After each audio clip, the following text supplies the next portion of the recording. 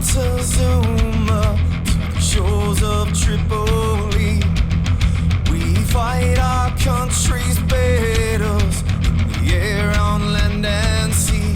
First to fight for right and freedom, and to keep On this episode of Cigars and Sea Stories, Bennett and Mike are sitting down and recording also with Eddie Lazzari of Change Your POV, and it is a clusterfuck cacophony of fantastic conversation going on. So, welcome. I'm pretty sure you're, almost 3 minutes into your recording? There's some batshit craziness that happened on Change Your POV. That's right. Now, since we're going to change it up, like all kinds of crazy shit, I'm going to do my intro. Ready? Yep, do it. Welcome to Change Your POV podcast. I am your host, Eddie Lazzari. And I am Bennett Tanton. And today we are sitting down with none other than Mr. Michael J. Penney of Cigars and Sea Stories. This, folks, is a joint effort, combined arms effort. I think we're making history right now. I think because at the end of the day, see, there you go, guys. At the end of the day, I feel like I've never heard, and I listen to a lot of podcasts, and I've never heard a dual podcast that will go out on the same podcast that will air on the two separate podcasts. Right. Now, so obviously, we've all been on each other's shows. I am on both shows. I am the bridge. I am the guy that bridges the gap. You are the pig on the spit in between these two shows. That's right. In this podcast three-way love sesh that's going on. Yeah, it's like downhill skiing with two poles, basically, is the way I imagine Bennett being right now. It's like a crazy H. Yeah. It's like the Eiffel Tower of podcasting. Right. So we've got that going. But then, I've obviously, Eddie, you've been on Cigars and Sea Stories, and Michael, you've been on Change Your POV, but I've never, and obviously I've heard a million other podcasters be on each other's shows, but I've never heard a combined effort for an episode. So we thought that this would be a good day to make history. Figure why not? What the hell? Everyone's always like, "Oh, I love other podcasters. I'm friends with all of them." But when it comes down to it, most of them would gut each other. Yeah. Right. And Mike, Bennett and I were talking before you had words with your neighbors. We don't believe, none of us really have any way of proving one way or the other, but we don't think that there's a whole lot of crossover in terms of listenership between our two shows. There's obviously going to be the same people listen to both, but I think for the most part, we've got two separate listener audiences. Yeah, I would imagine. Well, and I think we're going in, I think we're talking to two different avatars to an extent also. We're talking to two different, kind of clusters also. Right. But yeah, there is the overlap character that's going to be in there who's, looking for advice as far as from the Change Your POV. Well, that, and it's also, you guys have a lot more inspirational stuff, in my opinion. Yes. Because I have the best co-host around. You know what I mean? Right. You know what's funny about Bennett is he never records. You see how, you and I are doing some of the grunt work on this one. Yep. All the work, bitches. Just spade. Let's go. Fucking do it. You guys record. I'm going to be in the middle. It's going to be awesome. Oh, it's going to be awesome. So in good fashion, Mike and Bennett, we did not talk ahead of time, so we don't know what the hell this show is going to even be about. Which I think is kind of the magic of it all, right? I mean, when you were first started podcasting, did you guys go at it with like a script or like a set of questions that you were going to ask people, or no? That's a good question, dude. That's a really good question. So, in the beginning, we tried creating a show structure, and it was almost like it wasn't like a template of what we wanted to necessarily hit. It was more like a couple of the wickets. Yeah. And then it was like, okay, at this time stamp, at some point in time during the show, we got to switch, we got to ask this, or at some point in time, we've got to mention this and blah, blah, blah. And we were trying to be very technical about it. Right. Now turns out that shit doesn't work. Right. Well, it's stupid also because it's like, dude, what are we trying to plan here? We're not trying to plan a radio show because Cigars and Sea Stories isn't that. Like, what is Cigars and Sea Stories? Well, I go there and I press play, and I mean, the editor pretty much like edits out some of the gaps and the coughs and stuff. Other than that, it's a conversation. Very free-flowing conversation, as though we were smoking and joking. Hence the name Smoking and Joking since 1775, Cigars and Sea Stories. So I'm just going to, I think what we'll do is we'll go back and forth, and I'm just going to grill you about Cigars and Sea, and you can do the same about Change Your POV, just to kind of get an idea of, I don't know, behind the curtain, so to speak, of the podcasting world, our audience, the topics, and just the shit that our listening audience don't get an opportunity to ever hear about. And one of the questions I have for you guys is, we are both approaching 200 episodes for both of our shows. Are you guys where you thought you would be when you first started this out? Listenership wise? Yeah. Yeah, in terms of content, guests you've interviewed. I mean, there's been a lot of things I look back on. I'm like, holy shit, I had no idea I would be where I am today, almost 200 episodes in. I'm sure you guys have thought the same. Yes, to an extent. There are other things also where it's like, well, you know, I'm working with Bunker Labs as well. So it's like some of these other different things. And I always tell them, you know, this is kind of our inside joke. I'm like, yeah, you guys took away a lot of time from Cigars and Sea Stories. Like, you know, and it's one of those also to where it's like life happens along the way as well. Yeah, that's exactly what I was just going to say. So I think a good way to put it for Mike and I on this side of the house is that we thought that we would be bigger. To be blunt, we thought that we would have more listenership. But I can tell you, we know why we don't have as much listenership, and it's because life gets in the way. And you have to pay your bills, and making a living doing podcasting is hard damn work. Unless you're really doing it full time and really every waking hour, like 16, 18 hours a day, is put towards marketing, putting together, you know, talking, getting people, everyone that has anything to do with the internet knows, or business marketing knows, that shit's hard work. Right. So what it comes down to is Mike works with Bunker a lot. You know, I mean, that's basically in essence, that's his full-time job, right, Mike? Was that how you would describe it? Yeah. I mean, that's where the bread is buttered, at least for now, right? So you've got that, and then I have obviously my stuff with my day job working with veterans at some illustrious department, you know, that I work for the government. And so we have limited time to put forth a ton of effort on all these things. So I think our growth has been steady, but it's not, I wanted to be twice as far as we are now. That was my goal at this point. But yet, regardless, having a blast, meeting awesome people. Our guests I don't think we've compromised our guests. Like, we've had some awesome freaking, you know, guests, big names, and just some really good people, period. So, yeah, man. So yes, there's some parts that we haven't gotten at, but I think there's plenty that we have. I think that we've also fulfilled our goal of adding value and doing things that, not compromising ourselves and our own integrity, and just doing what the fuck we want to do. Yeah. That's something that we have not compromised. Yeah.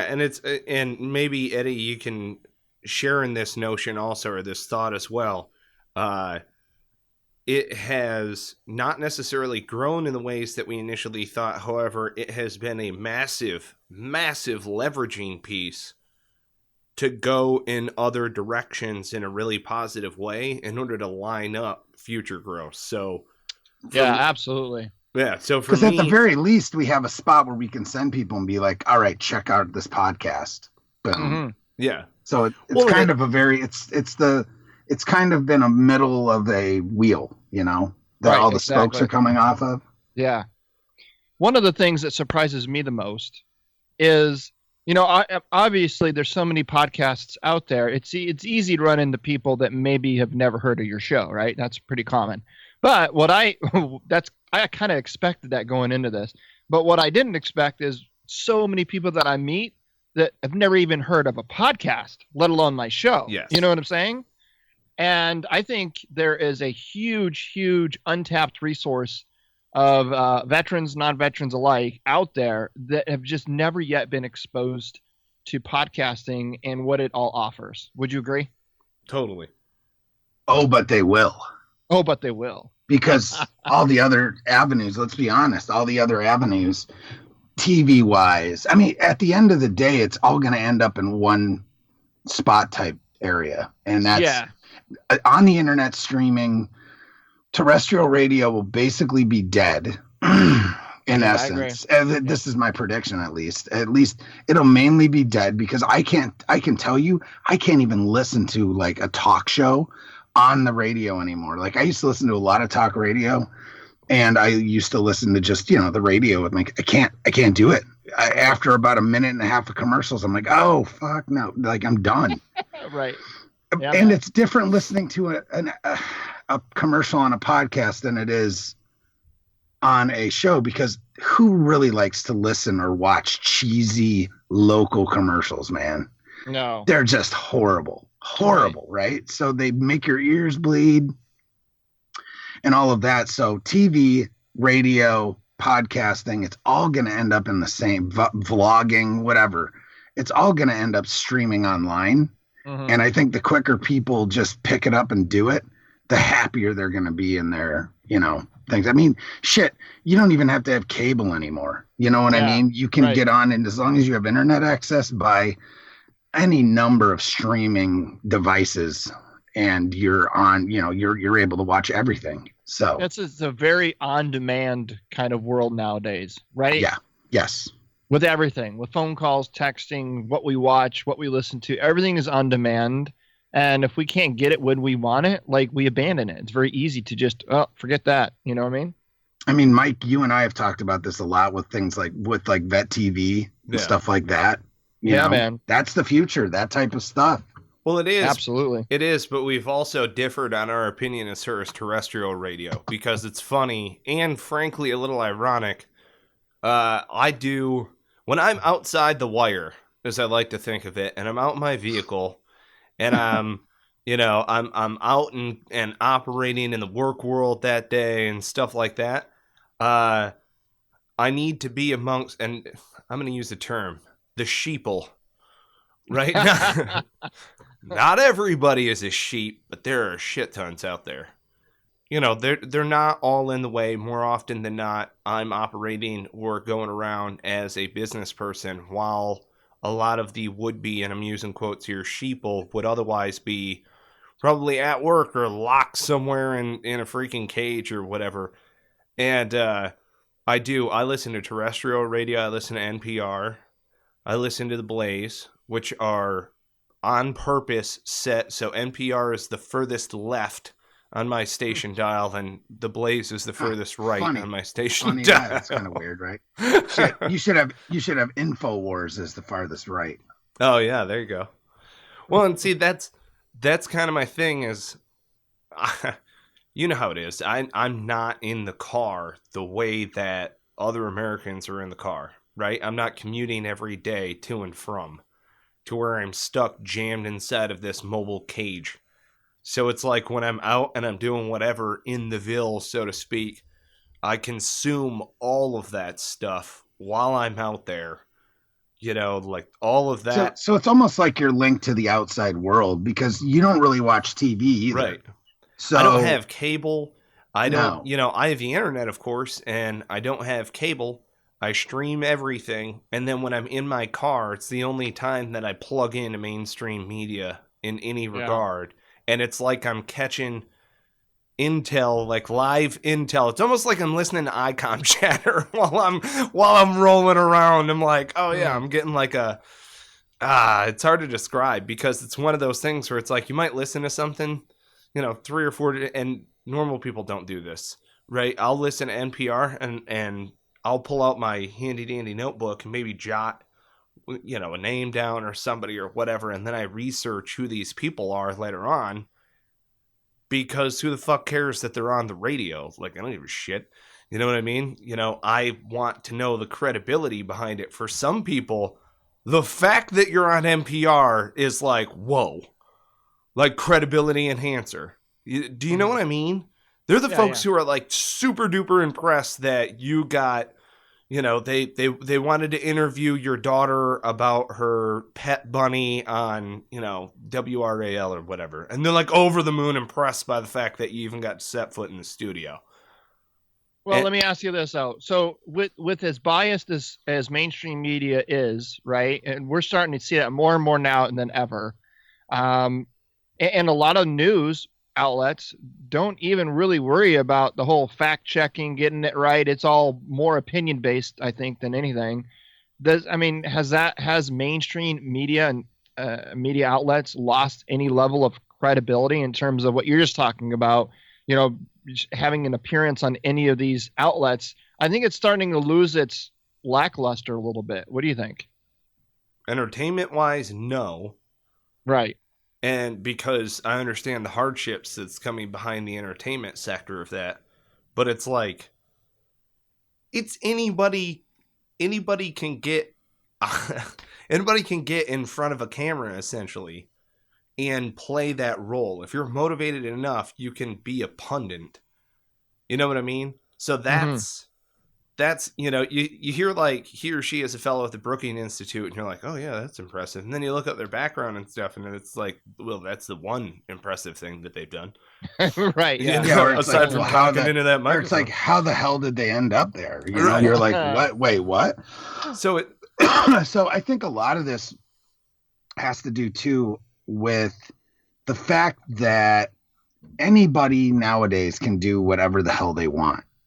You have a megaphone to the world with social media and YouTube and things like that, right? So part of the thing that I'm finding is that I feel like the mainstream media, like, you know, you'll hear Trump and people call it fake news, right? Right. Yeah. There is a ton of fake news out there where people just don't. And see, I feel like the fake news mantra that's been chanted lately is just it's not necessarily the right verbiage, because it's not necessarily fake. A lot of it is that, frankly, they feel like the coverage is unfair, and I don't necessarily disagree with that because, my God, as the fourth estate, as the press has been called for, you know, 100+ years, it's their duty, in my opinion, to give fair and balanced coverage of the issues. Like, give us the facts. Yeah, I don't care about your, you know, I don't really, I mean, I understand. The problem is that news isn't given to us by journalists anymore. Everyone they're all commentators now. Yeah, so they're not. They're not journalists. They're branded entertainers, right? Correct. Yeah, right. Like the Megyn Kelly show or Sean Hannity or Bill O'Reilly. We know, every one of us knows which way they lean, right? Politically, Absolutely. Because they give us their opinions. Right. Their opinion isn't shit. And in the grand scheme of things, that's the problem, is people, oh, well, Fox News is the more conservative news. CNN is, whatever name you want to give it. You know, there's so many different names for CNN. At the bottom of it, though, every single one of those people, whether they want to call themselves a journalist or not, is a commentator. They're not a fucking journalist. There's very few of those left in the world. I agree. Very few. Yes, but no. Because I have a flip side argument to that. I would also argue that each one of us are journalists. And I would argue that at the far other end of the spectrum of this whole, you've got a talking head who's taking actual news and then adding commentary to actual news. So they're taking a real life news event and then they're commenting on it. Right? Well, but that's the thing. You can have one event covered by 5 different people and you're going to get 5 different slants. Correct. To that one event, right? So what's hysterical though is like when you go into it and like you talk about the economy. Okay. Yeah. All right. How strong is our economy in realistic terms? It's not. Well, it depends on who you ask.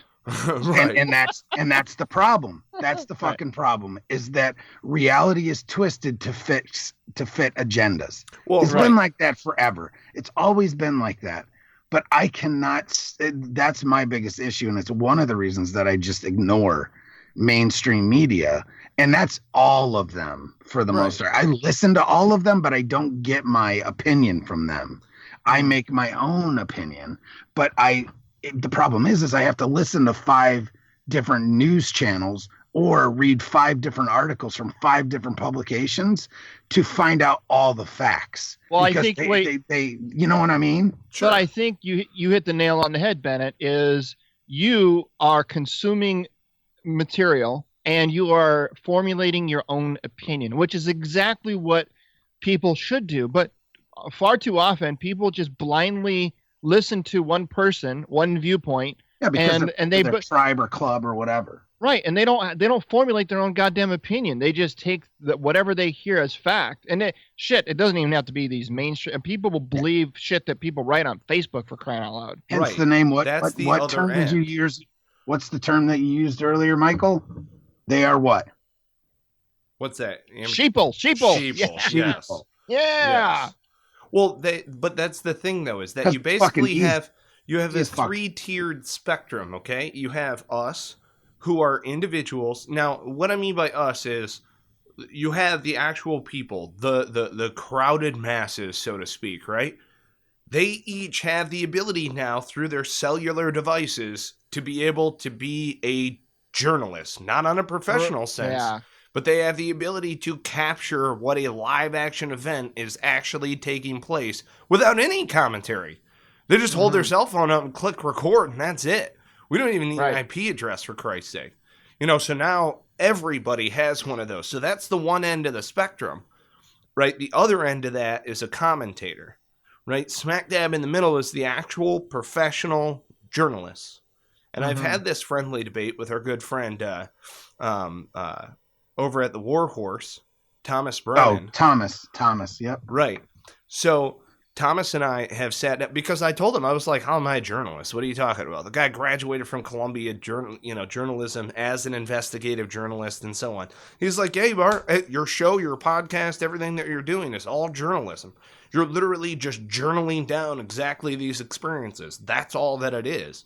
He's like, you have firsthand primary sources and, real life encounters and all of those things. Yes, I get that. Okay, so now let's pull it back into the context of news.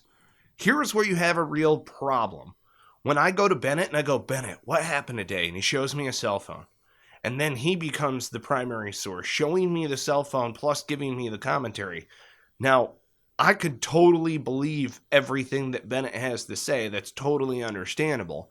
But if it's a big enough news event to where it catches flame and now enters into the news cycle, and you just have people on cell phones going straight to Twitter and Facebook and everything else, and they believe everything that's happening right there before it goes to the eye hole of professional journalists. And all that I mean by that is a professional journalist just says, how many sources do we have that are reporting on this? Let's see what we can do as far as factually digging up to make sure that we can back up everything that these folks are saying. Do we have A, B, C that have, do we have 3 people corroborating the story essentially? And I'm not, fuck man, I didn't go to school for any of this stuff, but I understand that they're getting into the details and I understand that I am not the guy to do that shit. So I can be like, whoa, that might be news. Click. And then I send that to a professional news outlet who then determines whether or not it's actual news.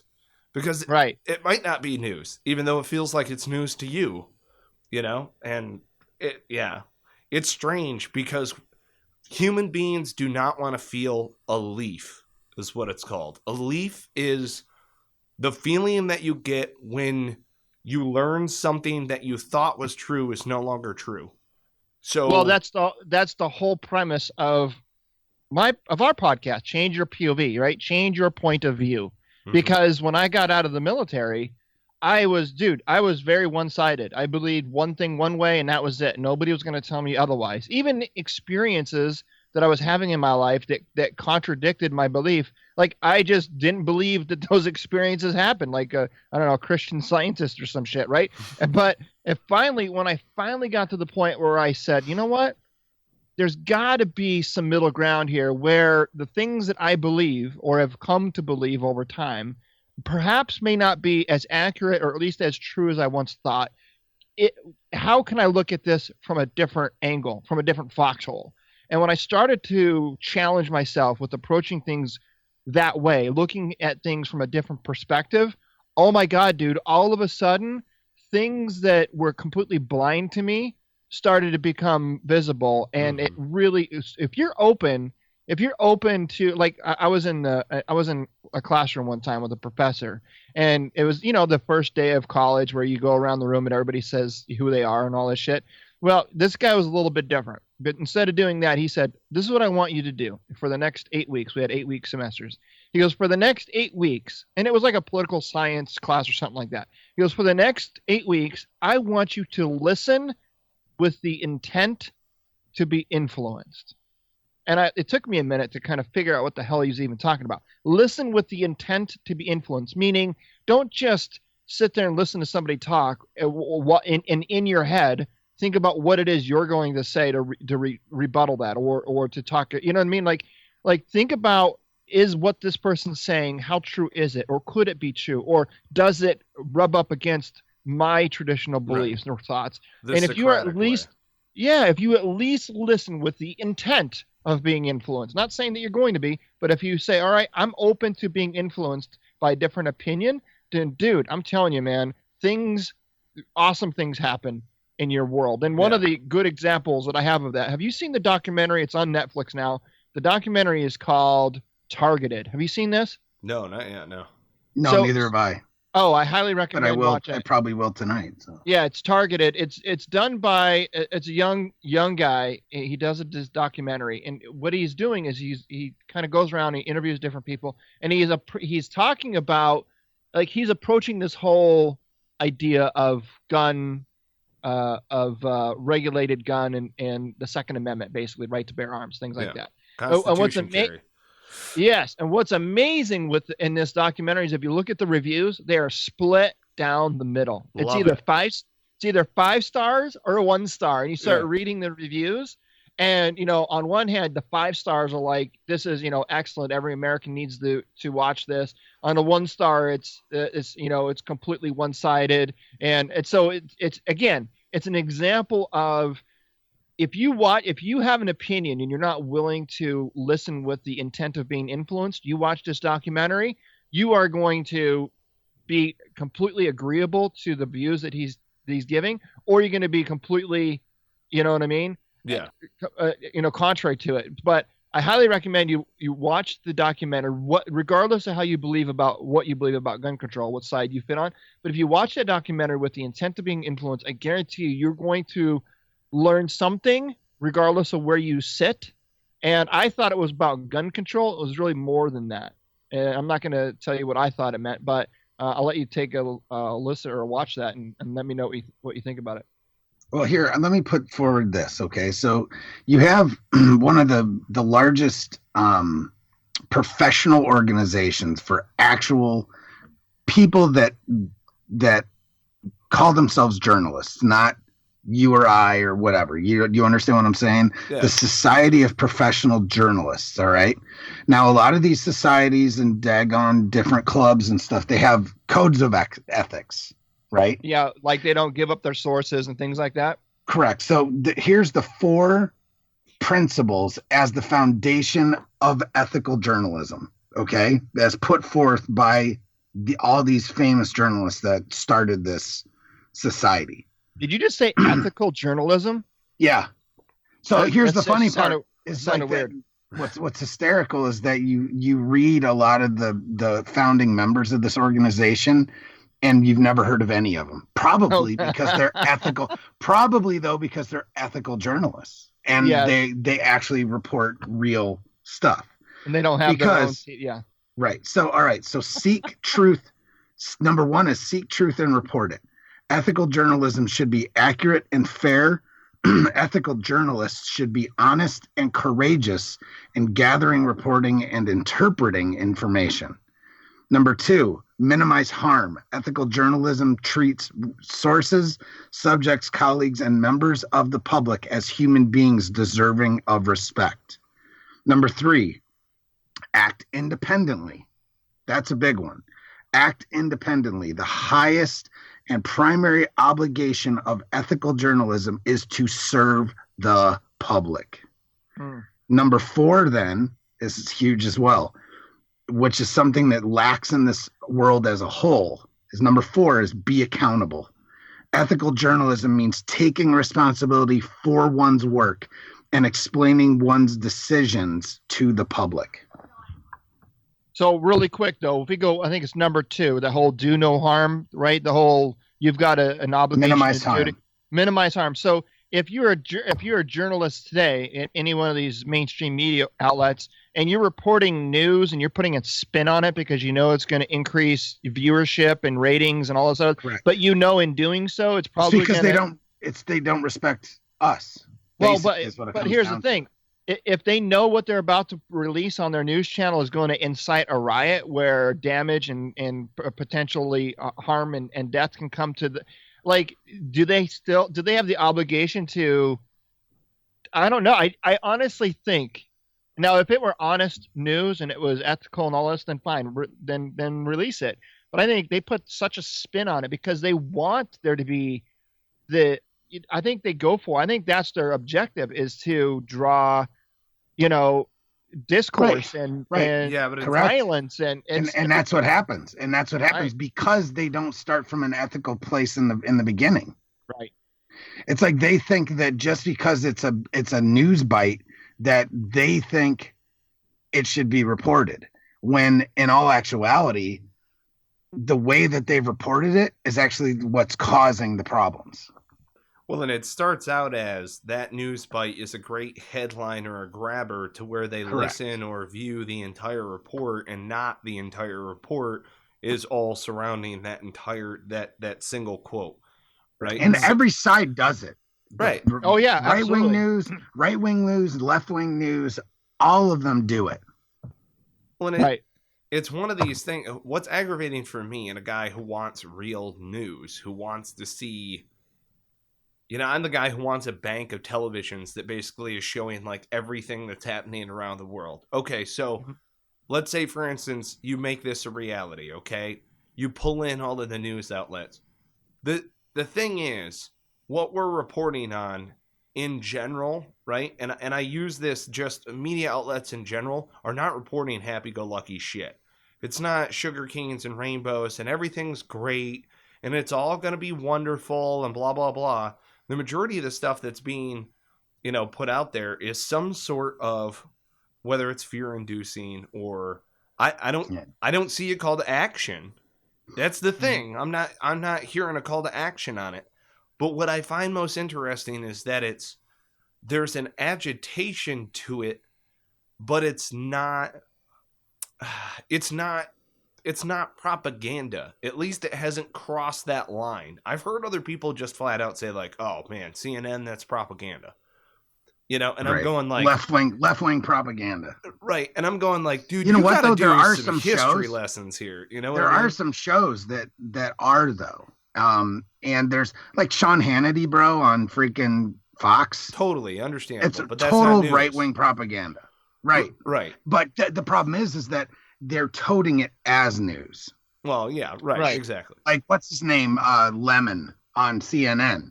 Total left-wing propaganda because it's opinion. It's they're commentators. Again, that is do you realize they get awards for #1 news show?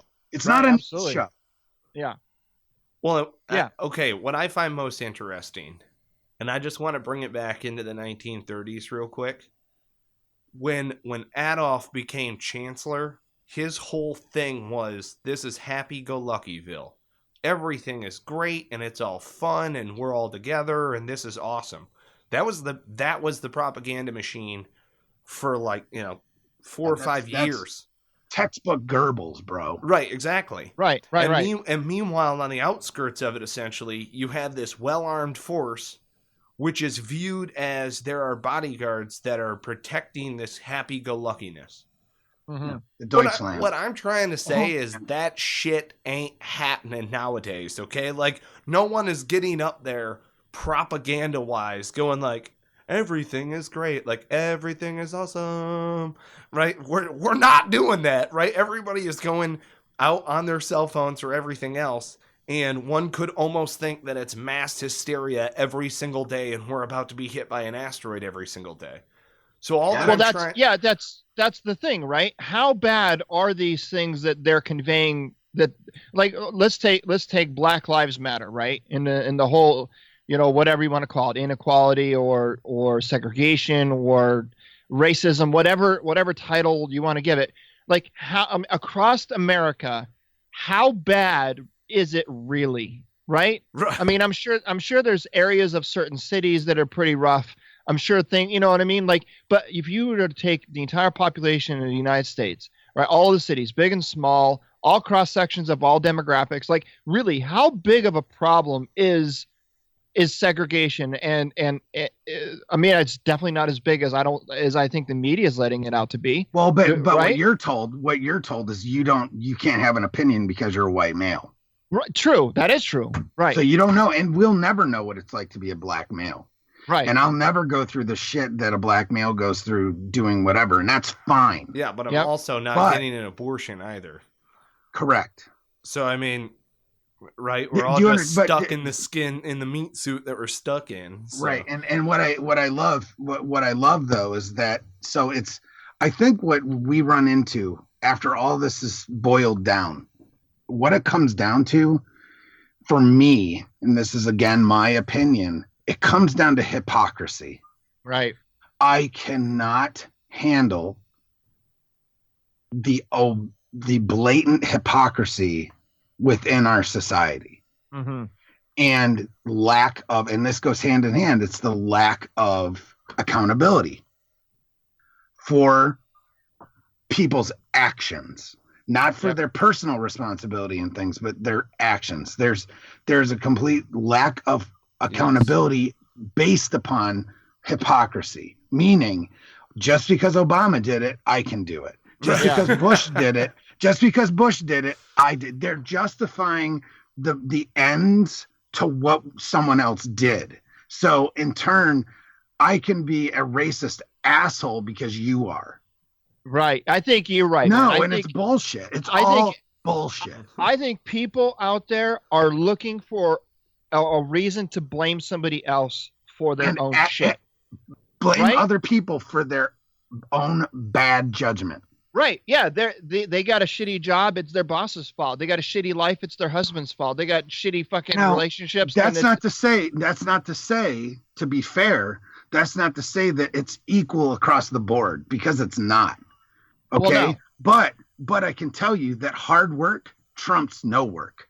So, it's not fair to say, well, you should just pull up your bootstraps and go out there and make something of yourself. But what is the alternative?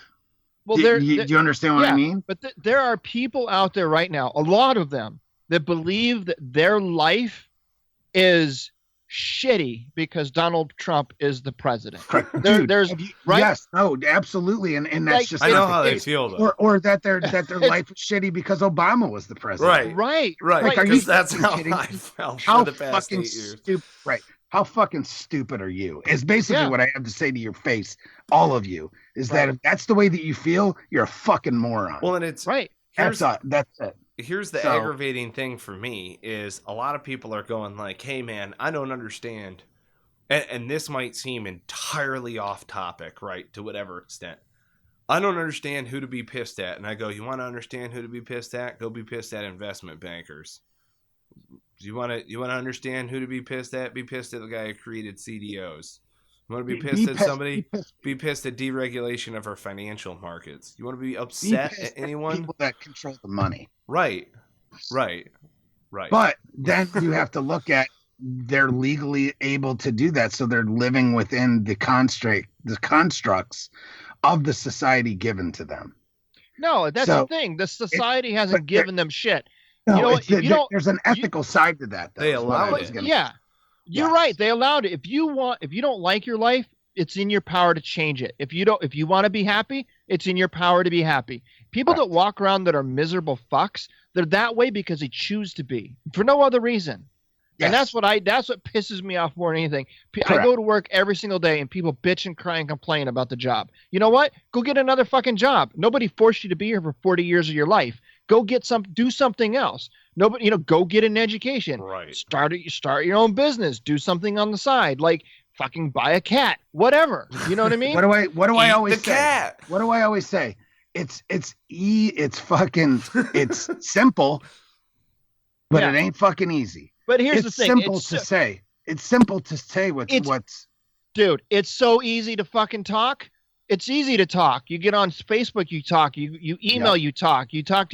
But you know what? As soon as you're asked to start doing, like, oh fuck, that's like, oh my god, I got to actually do something. Yeah, you've got to actually. It's like people that bitch about the VA. Literally, I've had people add me to these Facebook groups. There's a Facebook group called veterans that bitch about the VA or some shit like that. Like, and there's like 30,000 members in this fucking I'm like, really? You guys are victims because you choose to be. You don't like the fucking VA, go somewhere else. You don't like the way you're being treated? Like, it's just boggles my mind how people will sit there and just let themselves be victims because they choose to be, and then they think it's fucking everybody else around them's fault. It isn't. It's your fault. Mm-hmm. See, I don't know. How in the hell do we get on this topic anyway? Well, we're flipping through it. It's good. What's funny about it is that is the whole point behind Cigars and Sea Stories and Change Your POV. Change Your POV, as I see it, is it's stepping through the looking glass in order to try to figure out, like, either I look at it as like the enemy's perspective, right? You're turning the map around. Right. Oh, right? Yeah. But with Cigars and Sea Stories, what I love about it is it's high fives after the firefight. Like, woo! Yeah. That shit was badass. Like, bro, you almost died. Like, you almost died. Did you see that? Do you remember when you almost died? That was fucked up, bro. Dude, that I was can't tell crazy. You how many conversations like that I've had. Holy fuck, man. Right. And so the whole point is it's like, at least in my opinion, in the casual observer, we're talking about what can we do in order to better the future, in order to get out there and churn it, essentially. And then with Cigars and Sea Stories, it's the, kind of the, hey, I've done this. This is how I've added value. All right, that's great. Now share some sea stories about all the cool shit that, you've done, or all of the hardships that you've lived through in your military service, whatever it is, because we're looking to add the human interest piece side of it. So let's say, for instance, you take a guy, who goes on Change Your POV and is talking about resume builders and all of the things that he did in order to help, as far as like, he's got a TED Talk and wrote a book and feathers in the cap left and right, blah, blah, blah, post-military. You come on Cigars and Sea Stories, yeah, that's like the first, 5-10 minutes of the show, but who gives a shit? We want to understand what it was like being a private through sergeant and then getting out prior to that journey and some of that background experiences. You know what I mean? That's the thing that Bennett and I were actually talking about this yesterday when I was on my way home from work, is Change Your POV and Cigars and Sea Stories have interviewed a lot of the same guests, right, on both shows. And it's amazing if you were to go back and listen to those guests on either show, like it's two totally different, you know what I mean? Like two totally different shows. Oh, same guest, but the topic's different. Look at like Greg Junes. Greg Junes, yeah. Prime example. I mean, right. or like I think Nick Kumalazos that we had on Cigars and Sea Stories said it very well, because he was a MARSOC guy, operator, done all kinds of stuff here, there, and the other, where has done all the high speed, low drag shit. He came on and we were basically asking him about boot camp stories. Right. Yeah. On Cigars and Sea Stories. And he was like, that's really refreshing to come on, and nobody gives it, because guess what, bro? We don't give a shit how high speed you are. Nope. Don't give a fuck. We don't give a fuck. We just want to hear the true you. Like, we want to get to the heart of it and get to what makes you tick. Yeah. So I think that's one of the reasons that I do both of these podcasts is because they're very complementary. So you'll get two completely separate interviews on Change Your POV and Cigars and Sea Stories. So it's like literally if you find that you have a guest on both, you should listen to probably Cigars and Sea Stories first because you're going to get their background and that shit and why maybe they do a lot of what they do, and then go on Change Your POV and check it out. It's like, or vice versa, whichever one is your freaking floats your boat. But I love the fact that they seem, a lot of people will lump them together, but they're totally different. Yeah. Mm-hmm. Yeah. And I guess that's kind of what it's all about. And that's why we're doing this today. Yeah, man. And we would be totally remiss if we got off the air without sharing a sea story.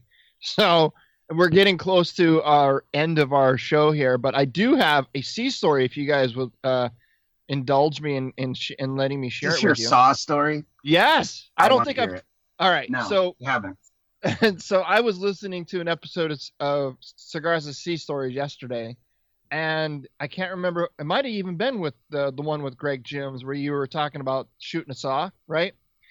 And I was like, oh, I got an awesome saw story. So there I was, no shit. That's how all sea stories start, by the way. Right. All the good ones. So no shit. There I was, no shit. Right. And I was in Baghdad, and we lived in like this. I don't know what the building used to be when Saddam Hussein. We lived in a fob. It was a walled fob. It already had a wall around it, and it was Saddam Hussein's Republican Guard barracks and his General War College. So it's basically his equivalent to our Pentagon. That's kind of the area we were living in the whole year I was there. And so there was a jail on the fob, and there was a bunch of other shit. But the building we were in, that was the Brigade Reconnaissance Troop. That was what I was a part of, and it was also the Brigade Aid Station. It was also located there, which, folks, really, really sucks when you're living right next to the aid station. So you get to see literally all the casualties coming in, whether they're your guys or not, which was not fun. But anyway, so it was kind of funny because it was like, across one hall was the aid station, and directly across the hall from the aid station was the USO Rec Center. You can watch movies. Yeah. And my God. Yeah, man. But I that's was perfect really? for anybody on convalescence. You're gonna be fine. Yeah. It's like, all right, you lost the leg. Let me bandage you up. You can roll over there, play a little Xbox. Oh, and let me listen to the screaming guys coming in. Yeah. You know what I mean? Yeah, right. yeah. It's not straight up Civil War over here. I mean, let's calm down, screaming, grab the bone saw, give him a shot. We're doing this. Man, it's BS.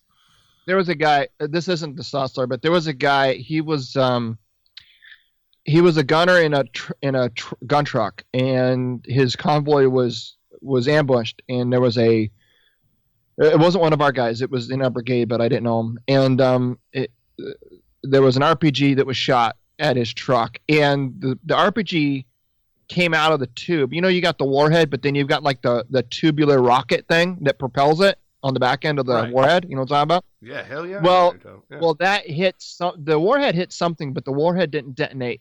But the back of the rocket, that tubular thing, it was about the size of, I don't know, for the listeners out there unfamiliar with rocket propelled grenades. Imagine the cardboard paper roll at the end of like a paper towel, right? Yeah. It's about like that, but it's metal. And anyway, the warhead hit something. It didn't detonate, but it broke that tubular metal piece off the back, the rocket, and it flipped end over end and stuck in this dude's neck. Right? Oh no! Yeah, and they brought him in on a litter. They got him into the aid station. They brought him. I remember I was actually walking out of where I slept over to the chow hall, and they were bringing him in. And of course, there was blood trail all the way from the Humvee outside. It is like the Civil War Penney. Oh yeah. Shut your suck. And they were bringing him in and shit. And I just remember he was a young black kid. I just remember that. I don't remember his name. And he could, he was conscious. He was awake. You could tell he was starting to go into some serious shock. And all he kept saying is, gurgling and shit through his blood. He's like, I don't want to die. I don't want to die. I don't want to die. And anyway, they brought him into the aid station. And about 20 minutes later, He came out in a body bag, and there was a the latrine, the bathrooms that were there. It was sinks and toilets. There was no showers or anything, but it was sinks but it was the coolest place that we had in our compound. And so basically it was the MWR, the USO Rec Center, and then it was the bathroom, which also served double duty as the morgue, temporary morgue. And then the aid station. Yeah. So they had him in the body bag. They put him in there. We had a post guard, so nobody would go into the bathroom while he was there. We were coordinating transportation to take him to the actual morgue, which was in a different fob down south of us, where they actually had refrigeration and things like that. But anyway, so all of the casualties basically came into there. It was horrific. But anyway, so right up the hallway there was the little bay area where I slept. And imagine you open up the door and it's almost like an open bay concept where you've got a walkway down the middle and there's living quarters on either side. And when I say living quarters, it was when the people that were there before us, they ended up going on the local economy and buying 1x2 pieces of wood and some like that thin plywood type of shit. And they made these walls. They made makeshift rooms basically, with doors and things like that. And that's so the Joes, E4s and below, they doubled up, and the NCOs got their own room. And so I was like the first room on the right when you come in, and then right next to me was a corporal lived in that room.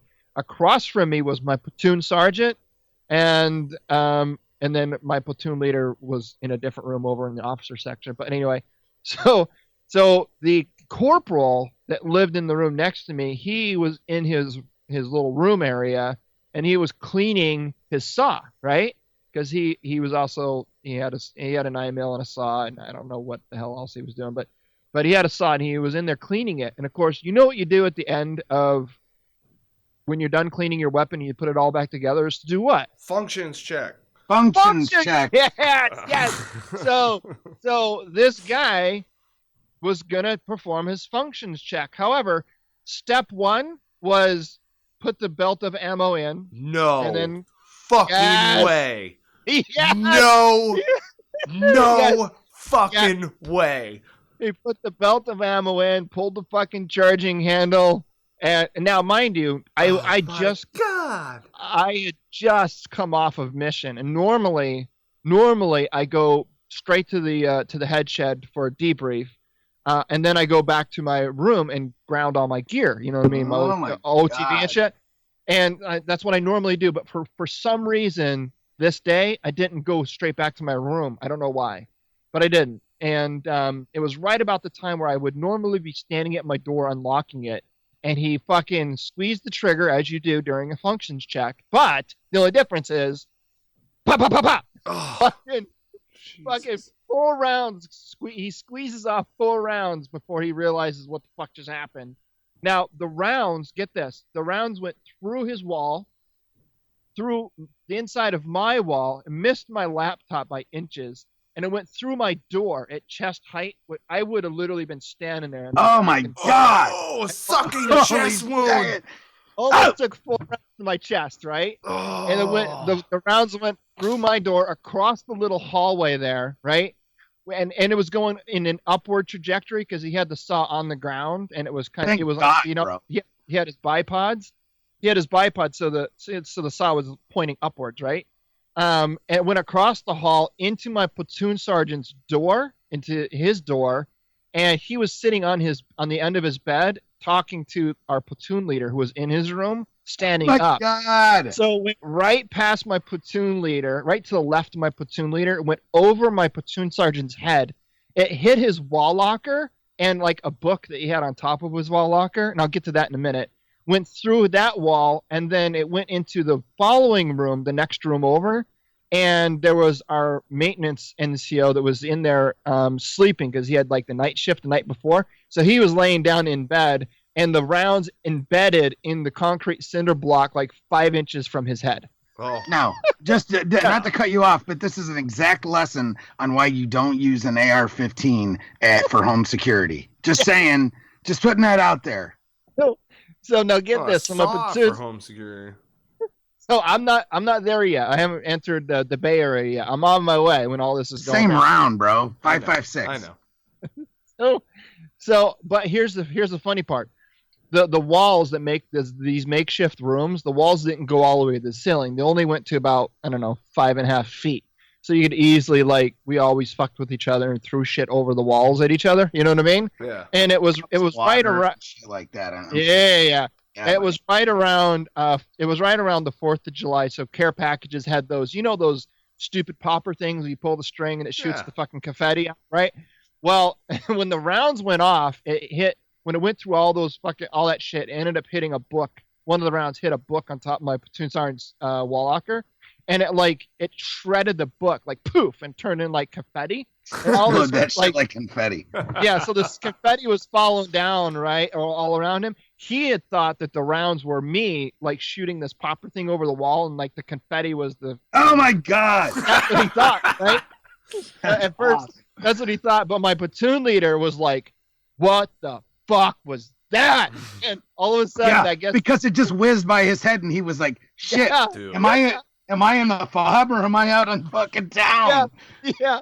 So and then you could smell. All of a sudden, they could smell the carbide from the fucking rounds going on. Right at this moment, that's when I decide to join the party. I open up the door, and all I see is my platoon sergeant fucking rip his door off the hinges, run over and fucking kick in the door of that corporal's room. Like, what the fuck? He kicked the door, fucking grabbed that son of a bitch by fucking up off the fucking ground and fucking ripped his ass out into the fucking little hallway. And I'm standing there like, what the fuck is going on? Dude, the look on this corporal's face, like he thought he was fucking done. Yeah, he probably had to start crying. He probably started crying. Oh my God, dude. So we actually traced the fucking bullet holes in the path, and we figured out that he had nearly just killed fucking 4 people just from this one little incident. Needless to say, he got in a little bit of trouble. A little bit, huh? Negligent discharge. Yeah, man. What was the book? I don't remember. Oh, come on! I don't remember what he was. Like the hard thing is like Mein Kampf or something. No, you know what I mean? It was war zone. It was before 50 Shades Grey, so I don't know what it was. It was reading. Shades. But dude, man. So lesson here, folks. When you're done cleaning your weapon, regardless what it is, and you perform the functions check, make sure ammunition is not included in that equation anywhere at all. Well, no. So next time you tell the story, you better know the fucking book. I will read the book. I'll figure out what or I'll make up. Make it up. Like make it like some fucked up shit. Yeah. Dude, like the Art of War or something. The marksmanship instructor, like the NCO inside of me is going through like everything that had to go wrong. You know what I mean? Like, all 4 weapon safety rules are completely out the window, so that all went. But it was like first step in a functions check is to clear the weapon, and you're like, first step in this functions check is to put a belt on. Threw a fucking belt on that shit. Like, how the fuck? Whenever, I don't know. Whenever do you go condition 1 in your fucking hooch? When would that ever be a thing? And if you're out there right now, like, I went condition 1 in the hooch all the time, you were a shitbag. Like, no, you go condition 1 outside at a fucking clearing barrel. Yeah, especially in an open bolt weapon system. You're just like, fuck. And you're a corporal also? No, not anymore. Well, that's why the Army don't have many of those, because they apparently can't fucking handle it. Jesus. Oh, yeah, that's man. true. That's kind of like one of those weird in-between ranks for you guys, isn't it? See, being a corporal in the Marine Corps fucking matters. Like, you know what I mean? You know, because you're a gopher, don't get me wrong, but you're an NCO, and you're like, I'm not going to be a corporal for very long. I'm going to be a fucking sergeant. I'm going for sergeant. I am a corporal until I'm a sergeant. You know what I mean? Right. Yeah. And, yeah, totally.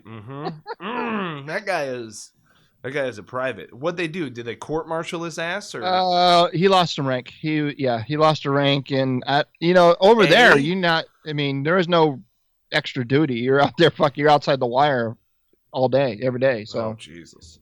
Yeah, man. I mean, just look on his face. He knew he fucked up instantly, but it's like, you're like, what were you thinking, dude? Like, what? You're performing a functions check. Did you expect it to not function? Like, I don't understand what the fuck you're thinking. Who the fuck does that? Right. Dude, oh, I can go on and on with stupid stories like that all day long, man. I'm telling you, I it is a couldn't do that fucking drunk. miracle I'm here today, dude. A miracle. On more than one occasion. Fuck me. Yep, there you go. There it is.